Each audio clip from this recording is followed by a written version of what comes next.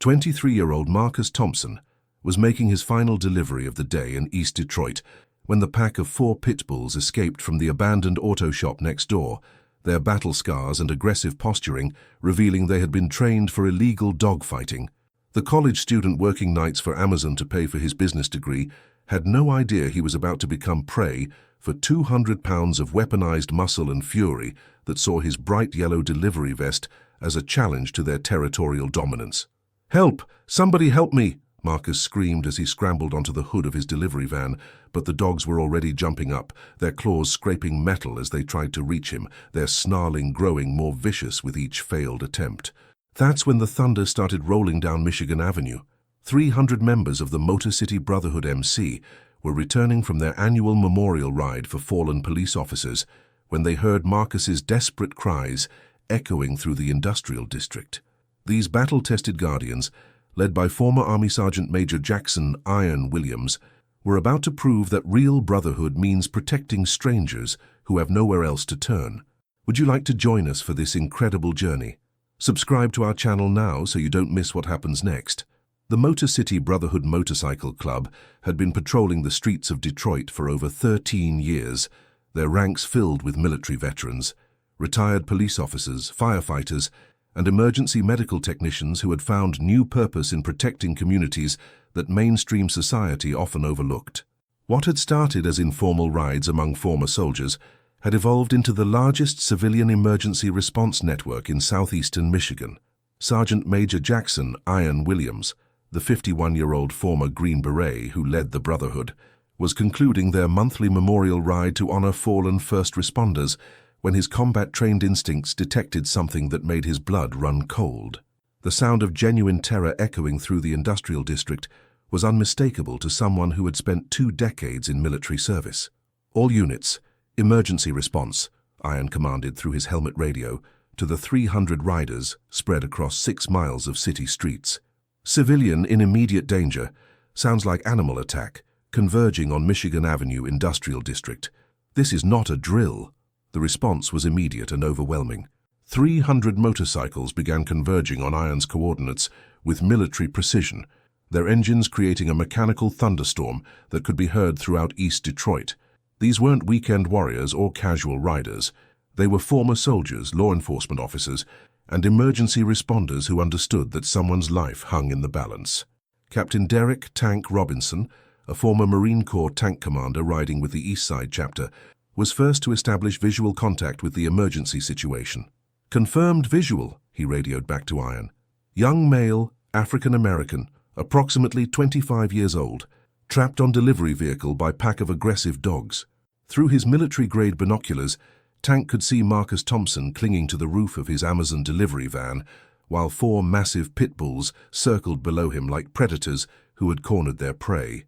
The dogs showed clear signs of fight training, scarred faces, overdeveloped muscle mass, and the patient, tactical approach of animals that had been conditioned to view humans as enemies. "Jesus Christ," whispered Lieutenant Colonel Mike "Doc" Patterson, a former Army medic whose medical training allowed him to recognize the severity of the situation. "Those aren't pets. Those are fighting dogs.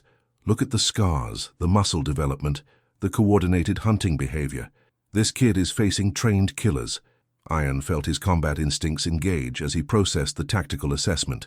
4 fighting dogs weighing approximately 50 pounds each represented 200 pounds of weaponized aggression, trained specifically to attack and kill. A civilian trapped in that situation had minutes before exhaustion or panic caused him to fall within range of their assault.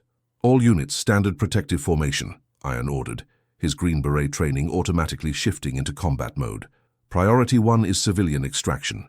Priority 2 is animal containment. We engage with overwhelming force and absolute commitment to protecting innocent life." If you're enjoying the story, write from which city you are listening to in the comments. The 300 Motor City Brotherhood members who responded to Marcus Thompson's crisis represented the largest civilian emergency response in Detroit's history. Former soldiers who had served in Iraq and Afghanistan, police officers who had worked the city's most dangerous precincts, firefighters who had battled blazes in abandoned buildings, and paramedics who had saved lives in gang-infested neighborhoods, all united by their commitment to protecting people who had nowhere else to turn. Marcus clung to the roof of his delivery van, his 23-year-old mind struggling to process how quickly his routine workday had turned into a life-or-death situation. The Wayne State University business student had been delivering packages for Amazon to pay his way through college, working nights to support his single mother and younger sister while maintaining his grade point average. "Please God, send help," Marcus whispered, as the largest pit bull launched itself at the van again, its claws leaving deep scratches in the paint as it slid back down to the pavement. The dog's persistence was terrifying. It showed no signs of giving up or losing interest in its prey. The pack's behavior demonstrated the systematic conditioning of animals trained for underground fighting. They had established a perimeter around Marcus's van, cutting off escape routes while taking turns attempting to reach him. Their patience and coordination revealed intelligence that had been shaped by human cruelty into something deadly. That's when Marcus heard it, the distant rumble of motorcycle engines approaching from multiple directions, growing louder with each passing second. He had heard about motorcycle clubs from news reports and movies, but had never imagined he would need their help.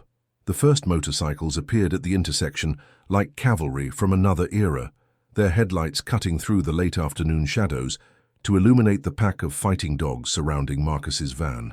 Ian Williams led the formation, his custom Harley-Davidson navigating the broken pavement and industrial debris with the precision of someone who had operated vehicles in far more dangerous terrain. "Target acquired," Ian radioed to his formations. Single civilian trapped on delivery vehicle, 4 pit bulls displaying coordinated attack behavior. Deployment pattern alpha, surround and intimidate. 300 motorcycles began executing a tactical maneuver that would have impressed any military commander. They formed concentric circles around Marcus's trapped vehicle, their engines revving in synchronized patterns designed to create overwhelming auditory intimidation that would confuse and disorient the attacking dogs. The effect was immediate and dramatic.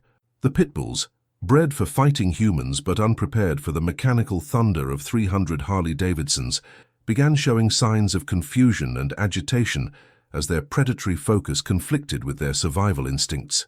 "Phase 1 successful," reported Captain Sarah Phoenix Martinez, a former Air Force security specialist whose tactical experience made her invaluable for complex operations. "Dogs are showing displacement behavior. Alpha male maintaining position, but showing stress indicators. If you've watched this far, say in the comments, what secret do you keep?" The rescue operation required precision that balanced human safety with animal welfare. The Motor City Brotherhood's approach wasn't to harm the dogs, many of whom were victims of human cruelty, but to create enough intimidation to allow Marcus's safe extraction while avoiding escalation to violence. Dr. James Medic Johnson, a veteran emergency room physician who served as the Brotherhood's medical coordinator, moved forward with his trauma kit. "Ian, we need immediate extraction. The civilian has been under extreme stress for over 20 minutes. He's going to be in shock and his grip strength is failing."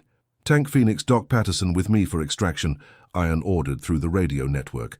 "Everyone else maintains perimeter and acoustic pressure. We get this young man out safely."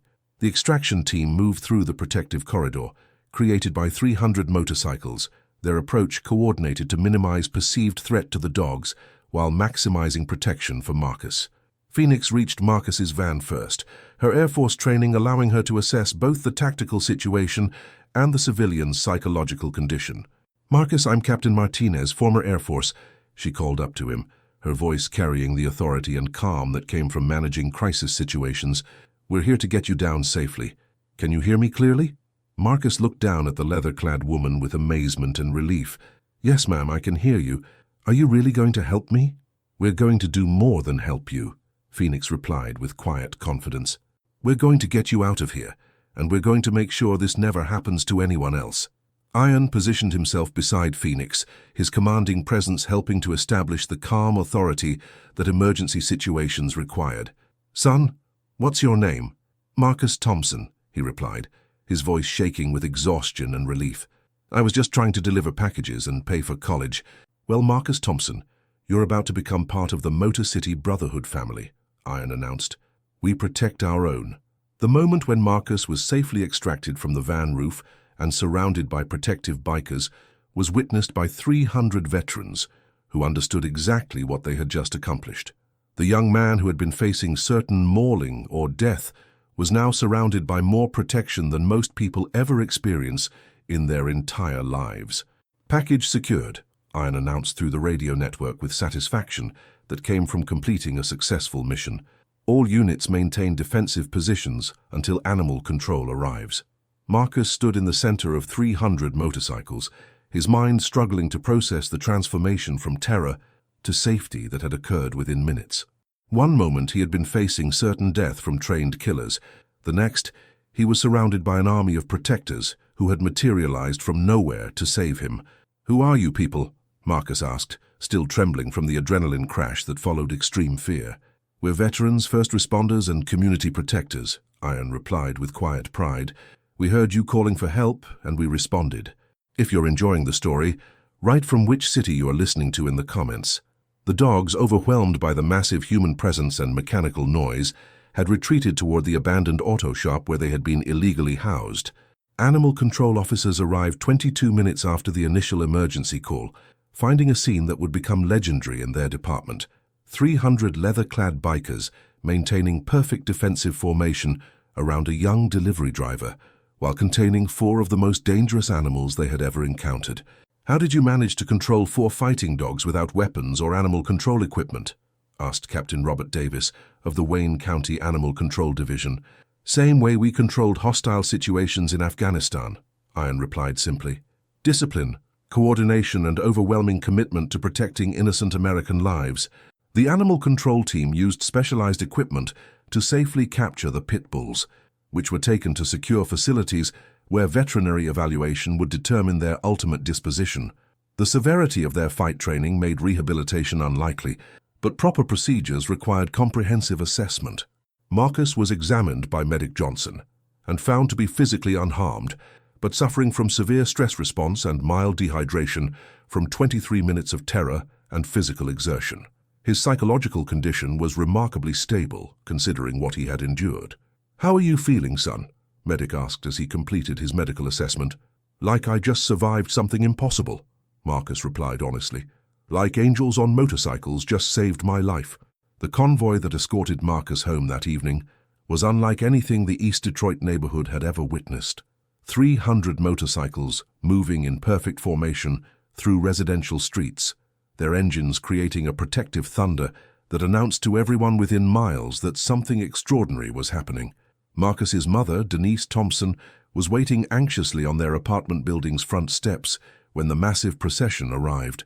The single mother who worked 2 jobs to support her son's education had been terrified when she couldn't reach him by phone, but nothing had prepared her for the sight of her son stepping down from a motorcycle surrounded by 300 leather-clad guardians.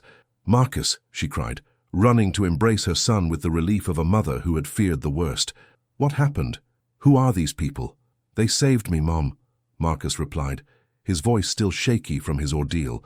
"I was attacked by fighting dogs and these angels came to rescue me."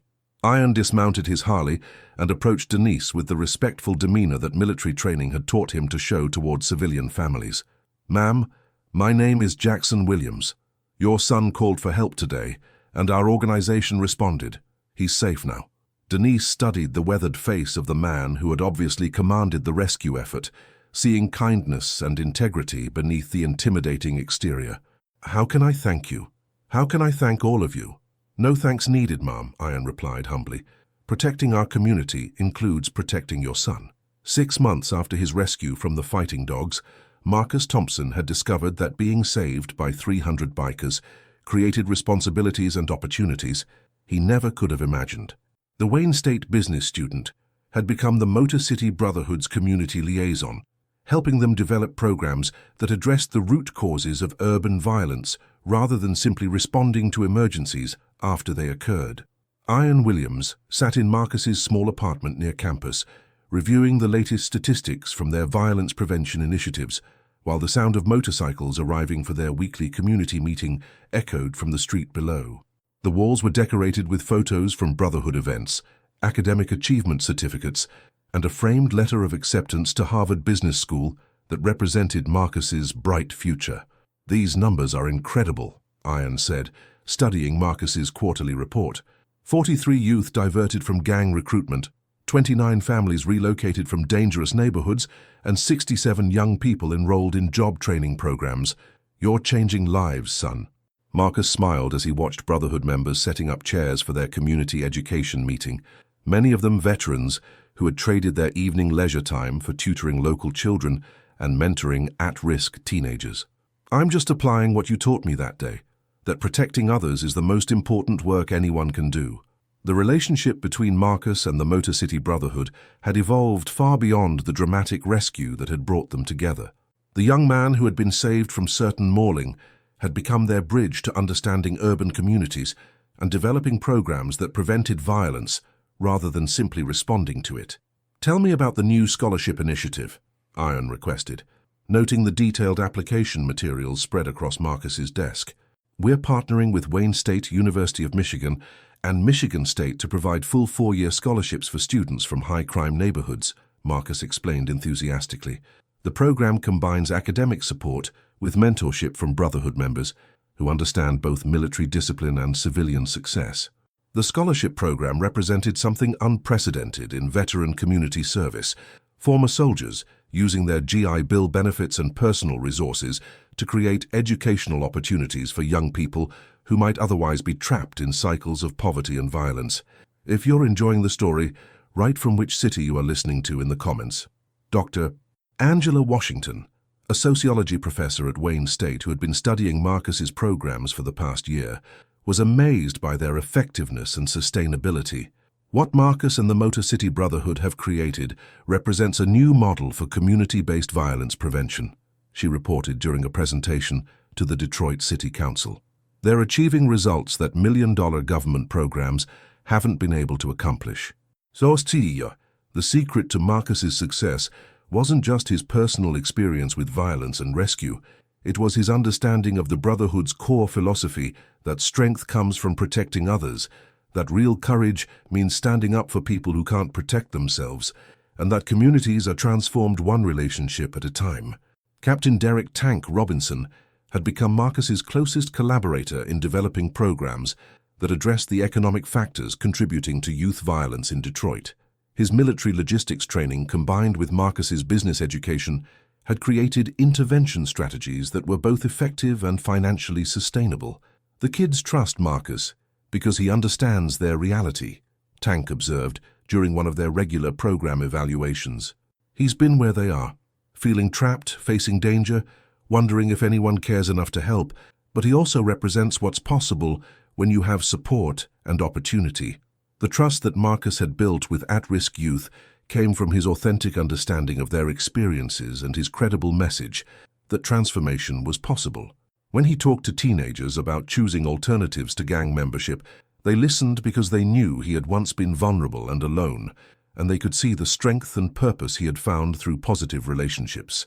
6 months ago, I was saved by people who proved that strangers could become family, Marcus would tell groups of young people during his presentations. Today I'm showing you that family doesn't require blood.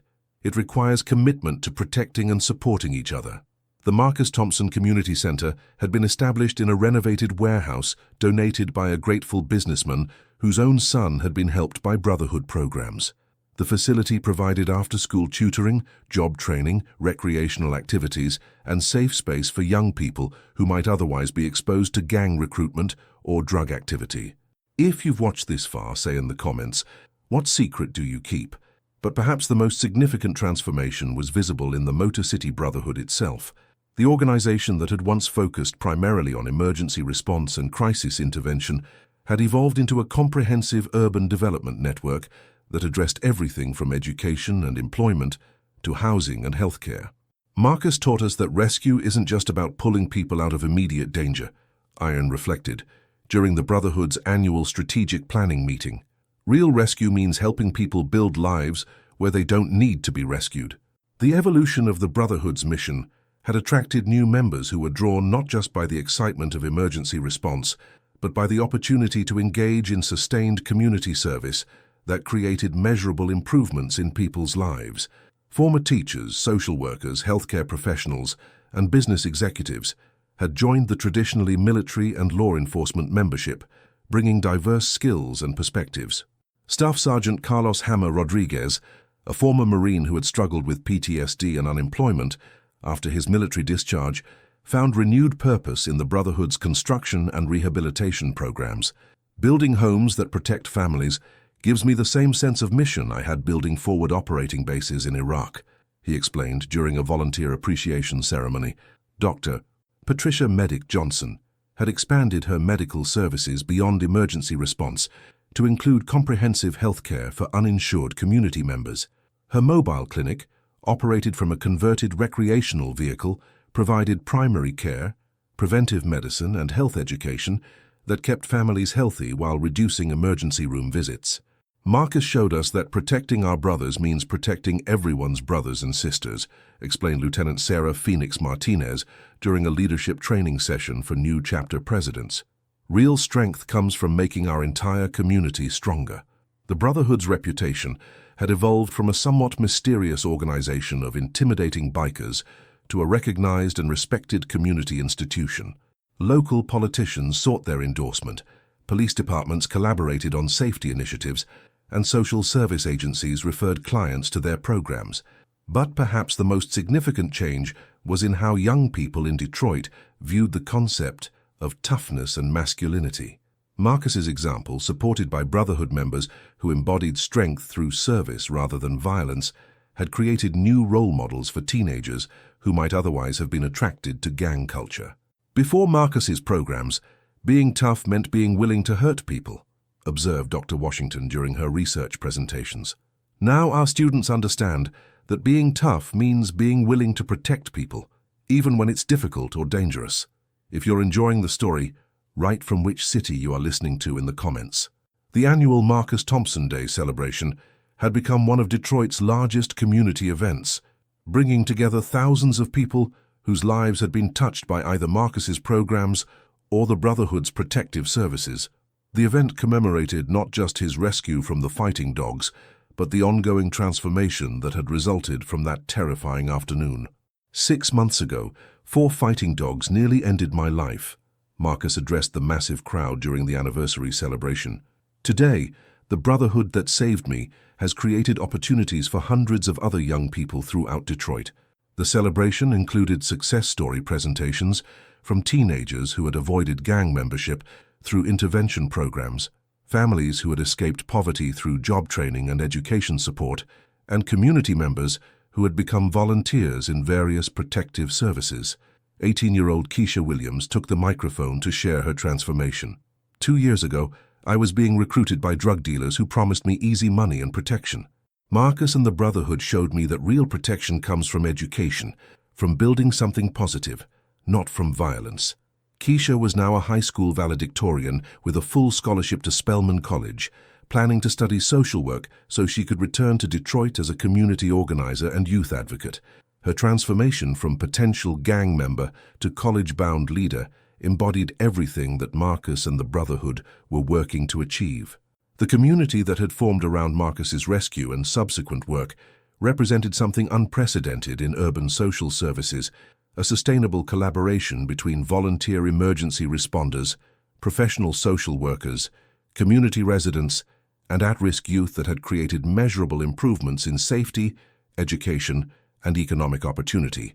Local business owner David Chen, who operated a grocery store that had been repeatedly robbed before the Brotherhood's intervention, spoke about the practical impact of their community protection efforts. My store was hit 8 times in 1 year before Marcus's program started working with the kids in this neighborhood, he testified during a city council hearing. I haven't had a single incident in 6 months now. The economic revitalization of the area around the community center demonstrated the connection between safety and prosperity. Property values had increased by 28%, new businesses had opened, and unemployment among young adults had dropped by 40% as education and job training programs created pathways to legitimate employment. If you've watched this far, say in the comments, what secret do you keep? 1 year after his rescue, Marcus Thompson had been appointed to the Detroit Youth Violence Prevention Commission, where his programs and philosophy were being implemented throughout southeastern Michigan. The former delivery driver who had once been trapped by fighting dogs was now advising government agencies on community-based solutions to problems that had plagued urban areas for generations. The commission appointment represented official recognition of Marcus's expertise and the effectiveness of his community-centered approach to violence prevention. But for Marcus, personally, it represented an opportunity to scale up the lessons he had learned from the Brotherhood and apply them to help families throughout the region. Marcus has demonstrated that sustainable violence reduction requires community engagement, not just law enforcement, commented Dr. Robert Williams, the Commission's chair. His programs show how volunteers and professionals can work together to create environments where young people choose positive paths. The Brotherhood's community protection model had been adopted by motorcycle clubs in 8 states, creating a network of volunteer emergency responders who understood that true protection meant building strong communities rather than simply reacting to crises after they occurred. Marcus's role on the commission required him to spend significant time in government meetings and policy discussions, but he insisted on maintaining direct contact with young people through regular visits to schools and community centers. His credibility as a policy advisor depended on his continued connection to the street-level reality of urban youth. "I can't advocate for programs I don't personally implement," Marcus explained to fellow commission members. "Policymakers need to understand not just what works in theory, but what actually changes lives in practice."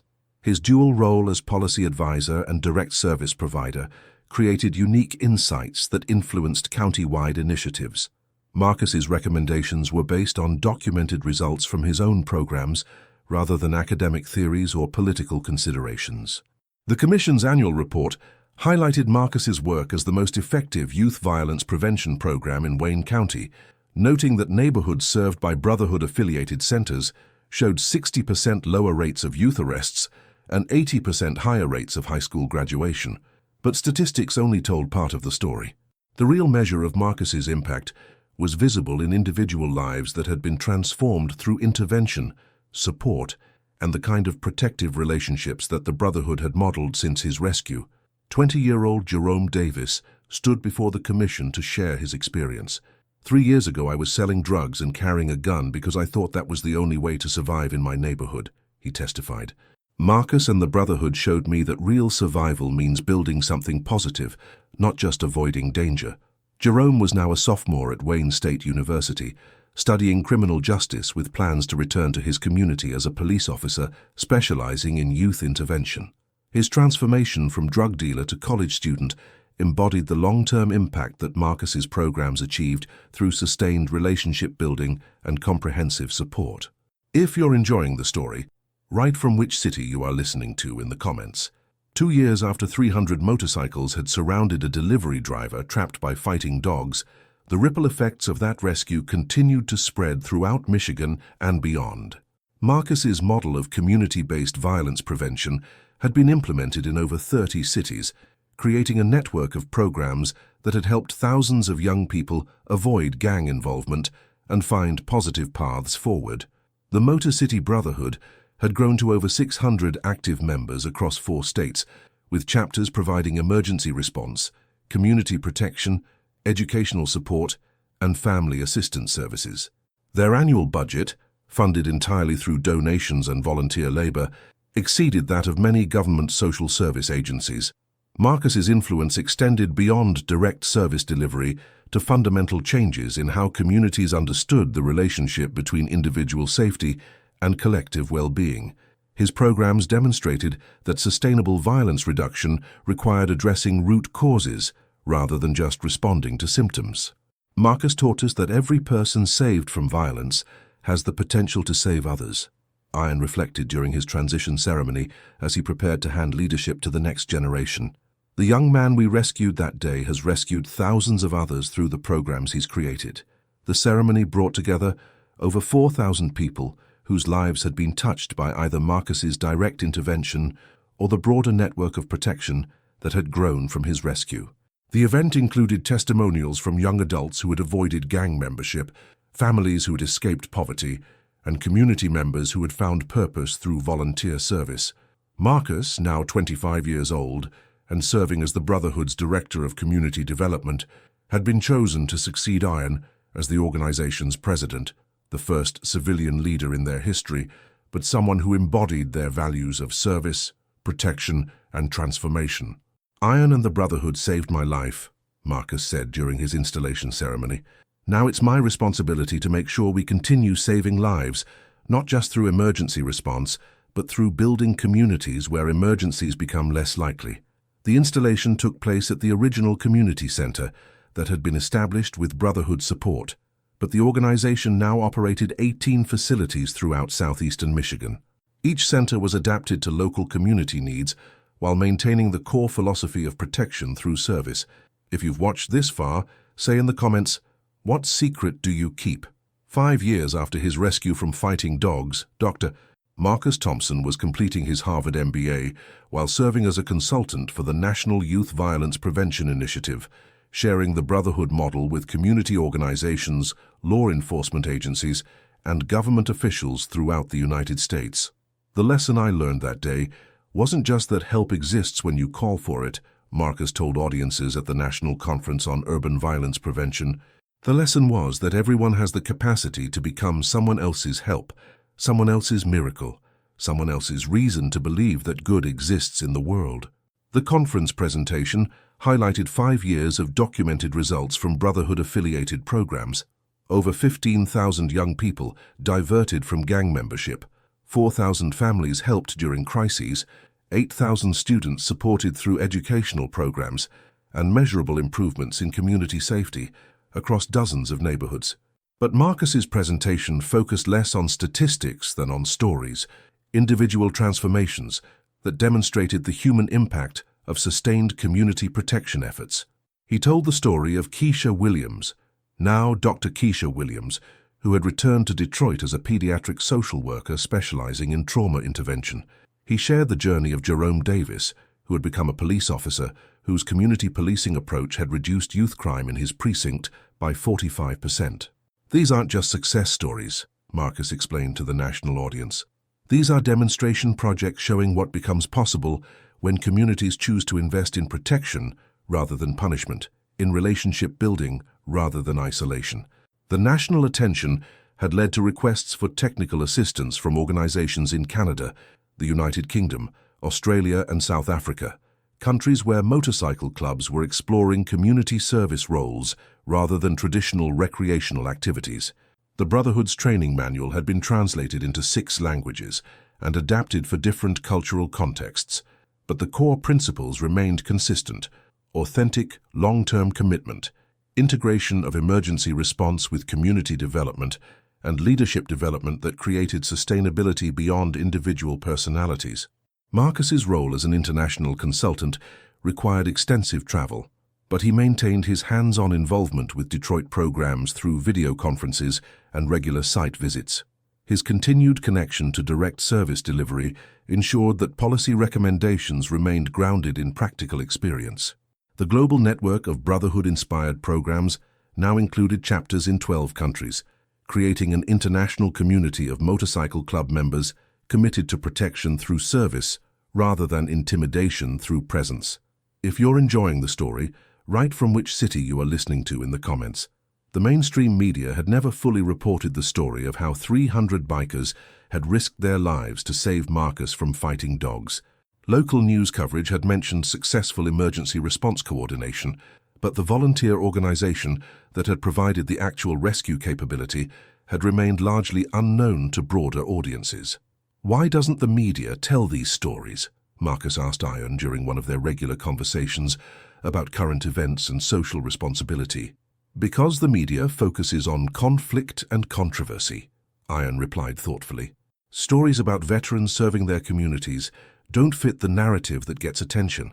They prefer to show bikers as problems, not solutions."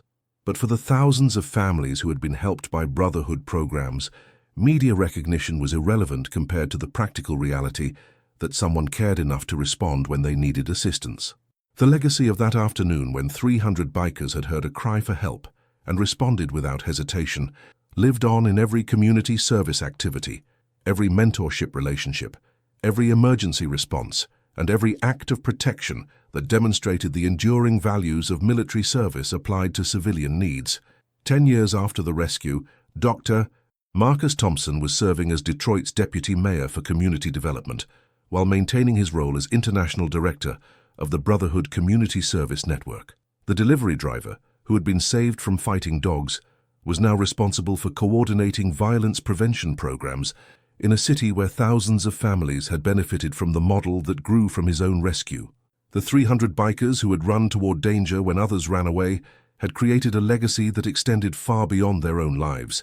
They had proven that courage doesn't diminish with age, that military training serves civilian purposes, and that some battles, the battles to protect innocent people, never truly end.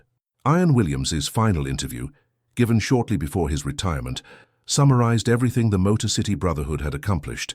"We saved one young man from fighting dogs 10 years ago. What we discovered is that saving one person creates opportunities to save thousands more.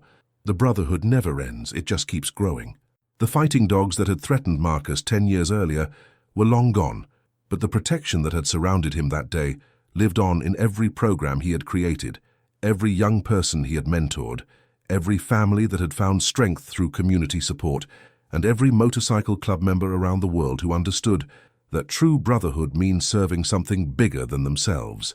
The media blackout had kept this story from mainstream attention, but the truth had spread through more powerful channels, through changed lives, transformed communities, and the quiet knowledge that sometimes angels wear leather, ride motorcycles, and prove that ordinary people can do extraordinary things when they choose to protect others instead of protecting only themselves.